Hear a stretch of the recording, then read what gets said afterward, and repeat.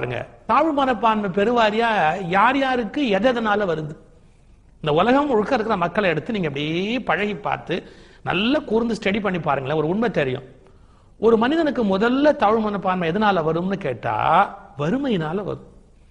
இப்ப நான் ஒரு 10 பேருக்கு மத்தியில் இருக்கேன், எனக்கு சரியான உடை உடுத்த முடியாது, போதுமான பண வசதி கிடையாது.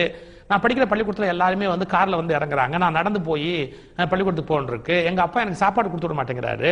அப்படிலாம் வச்சுங்க, என்ன அறியாமையே ஒரு தாழ்வு மனப்பான்மை எனக்குள்ள வரும். வருமா வராதா?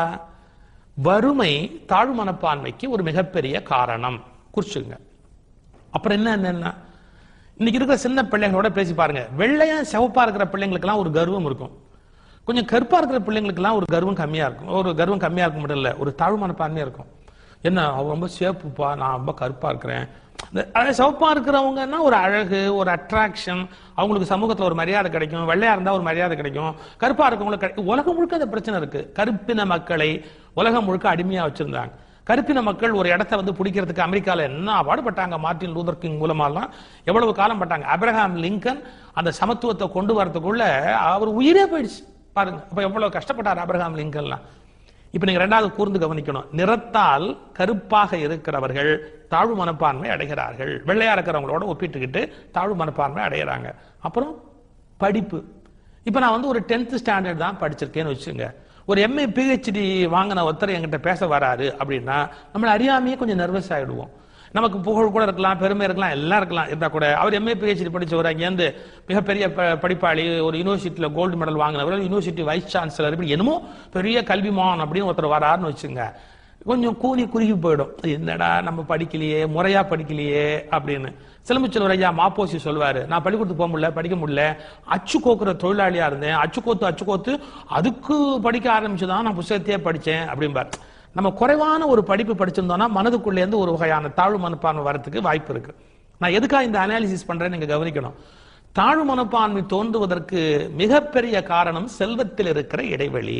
2, நிறத்தில் கருப்பாக இருக்கிற ஒரு நிலை. 3, நம்ம கம்மியா படிச்சிருக்கிறோம் அப்படின்னா நிறைய படிச்சவங்களோட ஒப்பிட்டு பார்க்கும்போது ஒரு தாழ்வு மனப்பான்மை வரும்.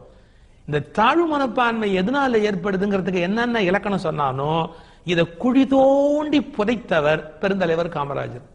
அவருடைய அந்த தலைமை பண்பை நீங்க கவனிக்கணும். எப்படின்னா, கருப்புனா கருப்பு, பயங்கரமான கருப்பு இல்லைங்களா?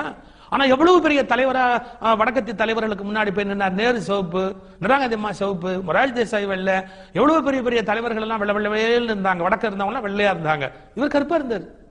கருப்பா இருக்கிறாருங்கிறதுக்காக எனக்கே தாழ்வு மனப்பான்மை இருந்தா ஐயோ நான் பர்சனாலிட்டியா இல்லைன்னு. நீங்க பாருங்க, நேருவோட நடந்து வர படம், காமராஜருடைய படம் இருக்கும், நேருவை விட பிரைட்டா இருப்பார் காமராஜர் தான். ஏன்னா அப்ப பிளாக் அண்ட் ஒயிட் போட்டோ மட்டும்தான், ஒயிட் ஷர்ட் பிளாக் ஃபேஸ், பிரமாதமா இருக்கும். அந்த போட்டோல பாத்தீங்கன்னா பெருந்தலைவர் நடந்து வர ஒரு அழகே தனியா இருக்கும். நீங்க அவ்வளவு வடக்கத்தி தலைவர்களோட நிறத்தோடு ஒரு தாழ்வு மனப்பான்மை இம்மி அவருக்கு இருந்ததா? கிடையாது.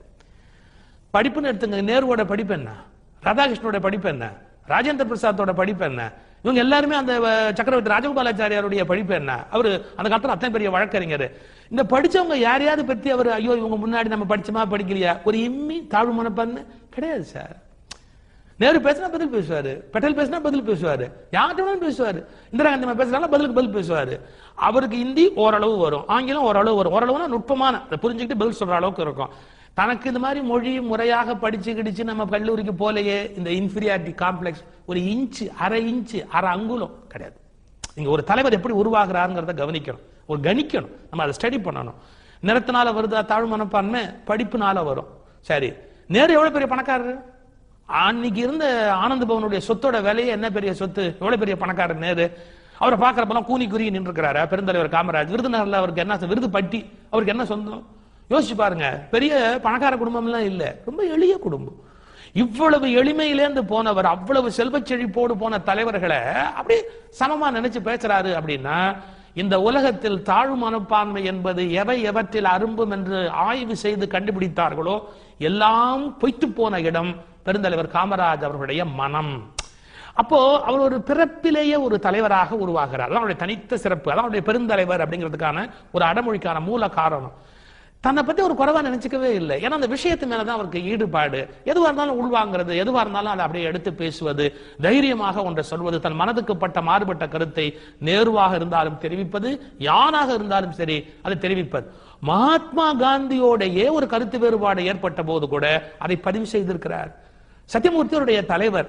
சத்தியமூர்த்தி அவர்கள் ஒரு ஆங்கில கலெக்டர் கலந்துகிட்ட விழால கலந்துக்கிறாரு. காமராஜர் சொல்றார், நீங்க யாரா வேணாலும் இருக்கலாம், அப்ப இருந்த காங்கிரஸ் கொள்கையின்படி பிரிட்டிஷ்காரன் கலந்துக்கிற விழால கலந்துக்க கூடாது. ஏன் கலந்துக்கிட்டீங்க?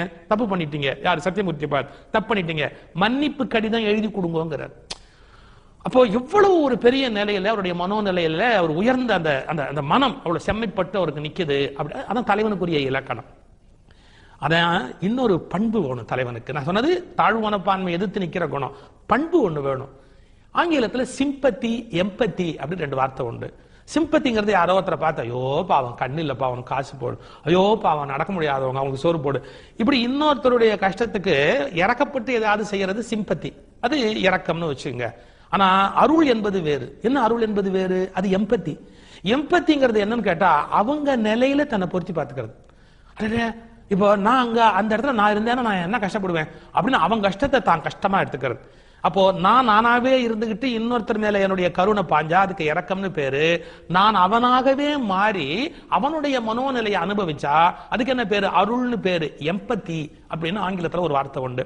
ஓரளவுக்கு அது பொருந்தி வரக்கூடிய வார்த்தை. பெருந்தலைவருடைய சிறப்பு அந்த எம்பத்தி. அவருக்கு சிம்பத்தியை விட எம்பத்தி தான் ரொம்ப முக்கியம். எப்படி?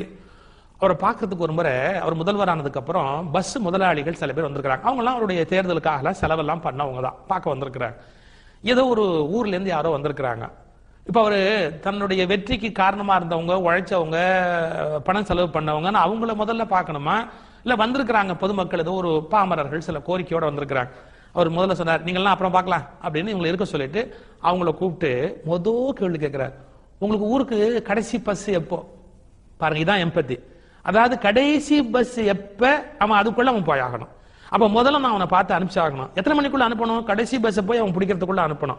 அப்ப அவன் என்னென்ன கஷ்டப்படுறானோ எல்லாத்தையும் தான் மனசால கஷ்டப்படுறார். இதுதான் உயர்ந்த பண்பு. கடைசி பஸ் எப்ப? இங்க இருந்து போறதுக்கு எவ்வளவு நேரம் ஆகும்? சரி, வந்த விஷயத்த சொல்லு. பார்த்து பேசி எல்லாம் பண்றாரு. இந்த வந்தவங்களுக்கு கொஞ்சம் கோபம். நம்ம எவ்வளவு முக்கியமா இவருக்கு உழைச்சிருக்கிறோம், பாடுபட்டு இருக்கோம், தேர்தலுக்கு கூட கொஞ்சம் பணம் எல்லாம் செலவு பண்ணிருக்கிறோம், நம்மள மதிக்கல, யாரோ 4 பேர் வந்து உட்காந்துருக்கான், அவனுக்கு முக்கியத்துவம் கொடுத்து பேசிக்கிட்டு இருக்காருன்னு கோச்சுக்கிட்டு போயிட்டாங்க. அவங்க பாட்டு பேசாம போயிட்டாங்க. இதெல்லாம் முடிஞ்சு உங்களுக்கு வேண்டிய காரியம் எல்லாம் செஞ்சு கொடுத்ததுக்கு அப்புறம் கூப்பிடுவான போன்ல கூப்பிட்டு கேட்டாரா, என்ன நீ வந்த உடனே உன்ன பார்க்கலன்னு கோச்சிட்டு போயிட்டியா? ஒண்ணு தெரிஞ்சுக்க, அவன் போகலன்னா கடைசி பஸ் போயிட்டு அவன் எப்படி போவான்? அவன் கையில காசு இருக்குமா? கடைசி பஸ் போயிட்டு அவன் எப்படி போவான்? நீ கார் வச்சிருக்க, 10 நிமிஷம் காத்திருந்தா என்ன குடுமொழியா போவோம்? நீ காத்திருந்து ராத்திரி லேட்டா போக முடியும், உனக்கு கார் இருக்கு, அவன் எப்படி போவான்? அதை யோசிக்க வேண்டாமா? பாருங்க அந்த பண்பு. அவன் எப்படி போவான்? அதை யோசிக்க வேண்டாமா? இன்னொன்னு தெரிஞ்சுக்க, நான் முதலமைச்சர் ஆனதால நீ வந்து என்ன பார்த்த, நான் முதலமைச்சர் ஆனதால நீ வந்து என்ன பார்த்த, அவன் என்ன முதலமைச்சர் ஆக்கிட்டு வந்து பாக்குறான். நான் யார முதல்ல பார்க்கணும்? நான் முதலமைச்சர் ஆனதால நீ வந்து என்ன பார்த்த, அவன் என்ன முதலமைச்சர் ஆக்கிட்டு வந்து பாக்குறான். நான் யார முதல்ல பார்க்கணும்? அவனை பார்த்ததுதான் சரி, உனக்கு இஷ்டம்னா அவ, இல்லையா போய் சரி. இந்த மாதிரியான எதிரில் இருக்கிற தாழ்வு மனப்பான்மை ஜெயிச்சிட்டு வந்து அந்த எம்பத்தி அப்படிங்கிறாங்க பாருங்க, அது உள்ளவராக விளங்குகிறவர்கள் ஒப்பற்ற பெரிய தலைவர்களாக விளங்குகிறார்கள். அந்த மாதிரியான மனோநிலையில துறவிகள் கூட பாருங்க சார், அவங்க அண்ணன் தம்பி, தம்பி பசங்க, அண்ணன் பசங்க இவங்களை கூட வச்சுக்குவாங்க.